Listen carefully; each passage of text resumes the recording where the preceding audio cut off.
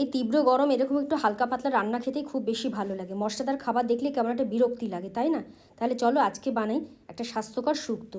তার জন্য প্রথমে জলে পরপর সবজিগুলো দিয়ে দিলাম, একবার ফুটে উঠলে ঝিঙের টুকরোগুলো দিয়ে হালকা ভাপিয়ে নিলাম, এবার জল ছেঁকে রেখে দিলাম। এদিকে কাঁচকলা আর বেগুনটা একটু ভেজে নিলাম। এবার তেলে রাঁধুনি তেজপাতা ফোড়ন দিয়ে দিলাম, দিয়ে প্রথমে উচ্ছেটা একটু ভেজে নিলাম। উচ্ছেটা কিন্তু ভালো করে ভাজবে, নইলে বেশি তেতো লাগবে। উচ্ছে ভাজা হয়ে গেলে আদা বাটা দিয়ে একটুখানি নেড়ে চেড়ে সেদ্ধ করা সবজিটা দিয়ে দিলাম। এবার সামান্য হলুদ দিয়ে একটু নেড়ে চেড়ে যে সবজি সেদ্ধ করা জলটা আলাদা করে রেখে দিয়েছিলাম সেই জলটা দিয়ে দেবো। তার আগে বেগুন আর কাঁচকলা ভাজাটা দিয়ে দিলাম। একটুখানি জলে 1 টেবিল চামচ ময়দা গুলে দিয়ে দেবো। তাতে কি হবে বলো তো, ঝোলটা বেশ একটু ঘন ঘন হবে। 1/2 টেবিল চামচ চিনি দিয়ে খুব ভালো মতো ফুটিয়ে নিয়ে নামানোর আগে একটু ঘি দিয়ে নামিয়ে নিলেই রেডি হালকা পাতলা শুক্তো। এটা খেতে কিন্তু গরমে দারুণ লাগে, একবার অবশ্যই ট্রাই করো, আশা করি তোমাদের খুব ভালো লাগবে।